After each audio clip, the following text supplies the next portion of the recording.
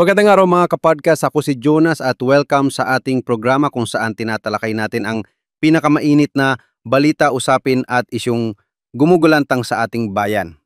Ngayon, mga kaibigan, may isang kwento na siguradong ikakagalit, ikakainis at ikakabahala ng bawat Pilipino. Isang kwento ng proyektong dapat sana ay nakatulong ngunit nauwi sa kasinungalingan at kapabayaan. O mga kababayan, pag-uusapan natin na yon ang tinaguriang Ghost Project sa Bulacan na mismong si Pangulong Ferdinand Bongbong Marcos Jr. ang nakatuklas. At hindi lang basta natuklasan kundi personal niyang nakita, walang ginawa, walang itinayo at tila baga inilusyon lamang sa papel ang proyekto. Mga kapodcast, isipin niyo ito. Pailem 55 milyong piso ang halaga ng flood control project na dapat sana'y itinayo sa Barangay PL, Baliwag, Bulacan. Ang haba nito, 220 meters ng river wall. Ayon sa mga dokumento ng Department of Public Works and Highways o DPWH, completed daw. Tapos na raw, mission accomplished ka nga. Pero nang puntahan mismo ng Pangulo, aba ni isang bato, ni isang hollow block, ni isang konkreto, wala. As in zero, ang proyekto parang multo. Kaya nga tinawag na Ghost Project. Narito ang mismong pahayag ni Pangulong Marcos Jr. at hayaan niyo akong i-quote ang kanyang galit. Extremely more than disappointed. I'm getting very angry with what's happening in Naha. Paano naman 220 meters? 55 million completed ang record ng Public Works. Mga kaibigan, ramdam na ramdam mo ang galit ng Pangulo. At kung tutuusin, sino ba naman ang hindi magagalit? Pera ng bayan niyang galing sa buwis ng mga manggagawa, ng mga magsasaka, ng mga empleyado, lahat tayo. Ngayon, bakit nga ba importante ang proyektong ito? Simple lang, flood control. Alam naman natin na ang Bulacan ay madalas binabayo ng baha. Sa bawat malakas na ulan, sa bawat bagyo, lubog ang maraming kabahayan. Kung naitayo lang sana ang river wall na ito, malaking ginhawa sana ang gala sa mga taga-Baliwag.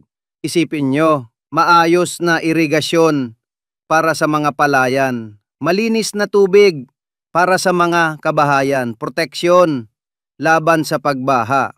Pero sa halip na ginhawa, pinsala at pagkadismaya ang natanggap ng taumbayan. Dito pumapasok ang mas malalim na tanong, kung ang dokumento ng DPWH ay nagsasabing completed na ang proyekto. Paano ito lumusot? Sino ang pumirma? Sino ang nag-aproba? At bakit tila walang nakapansin hanggang sa mismong presidente ng bumisita? Mga kababayan, hindi lang ito simpleng kapabayaan. Hindi lang ito simpleng pagkukulang. Ito ay malinaw na indikasyon ng anomalya. Ayon kay Pangulong Marcos Jr., mananagot ang lahat ng sangkot. Mula sa kontraktor na dapat sana'y nagsagawa ng proyekto hanggang sa mga opisyal ng DPWH at pati na rin ang Commission on Audit. Oo, pati sila. Dahil kung sinasabing tapos na ang proyekto, paano ito lumusot sa kanilang pagsusuri? At narito pa ang mas mabigat. Pinag-iisipan na ng presidente nakasuhan ng economic sabotage ang mga responsabale. Dahil malinaw na ito'y hindi lamang kapabayaan, kundi isang uri ng pananabotahe sa ekonomiya ng bansa. Mga kapodcast, magtanong tayo, ilan pa kayang ghost projects ang nakakalat sa iba't ibang sulok ng Pilipinas? Ilan pa kaya ang nakatala bilang completed pero sa realidad ni hindi malang nahukay ang lupa? Kung hindi ito na-discover ng Pangulo sa kanyang personal na inspeksyon, baka hanggang ngayon nasa papel pa rin itong proyektong multo. At sa mga susunod na taon, patuloy tayong mababaha, patuloy na magdurusa ang mga mamamayan, habang may mga taong kumikita mula sa pera ng bayan. At dito pumapasok ang papel ng transparency at accountability. Ang gobyerno, mga kaibigan, ay hindi lang dapat nakatuon sa paggawa ng proyekto, kundi sa siguraduhin na ang bawat pisong inilalabas ay may malinaw na katumbas. Hindi pwedeng sa papel lang tapos na. Hindi pwedeng checklist lang ang basis.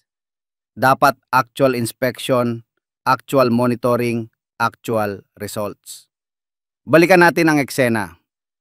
Dumating ang Pangulo, inasahan marahil ng mga lokal na opisyal na makikita niya ang isang river wall na nakatayo ng matibay. Handang pigilan ang rumaragasang tubig mula sa ilog. Pero, imbes na konkreto, lupa lang ang bumungad. Walang bakas ng proyekto. At doon sa mismong oras na yon, umusok sa galit ang Pangulo. Ang disappointment, naging matinding galit.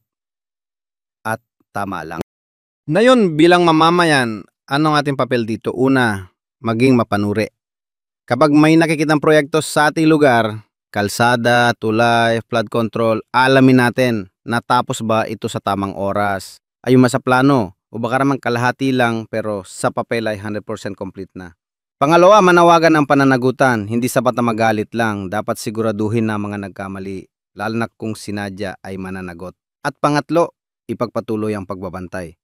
Dahil ang perang ginagastos ng gobyerno ay galing sa atin. Sa bawat buwis na binabayaran natin, may kapalitan responsibilidad ng pamahalaan na gamitin ito ng tama. Mga kababayan, ang Ghost Project na ito ay hindi lang simpleng kwento ng 55 milyong peso na nawawala. Ito ay simbolo ng mas malawak na sakit ng ating sistema. Ang sakit ng katiwalian, kapabayaan at kakulangan ng tunay na malasakit. Kung ang isang proyekto sa halagang milyon-milyon ay kayang ilihim, paano pang mas malilit na proyekto sa mga liblib na lugar?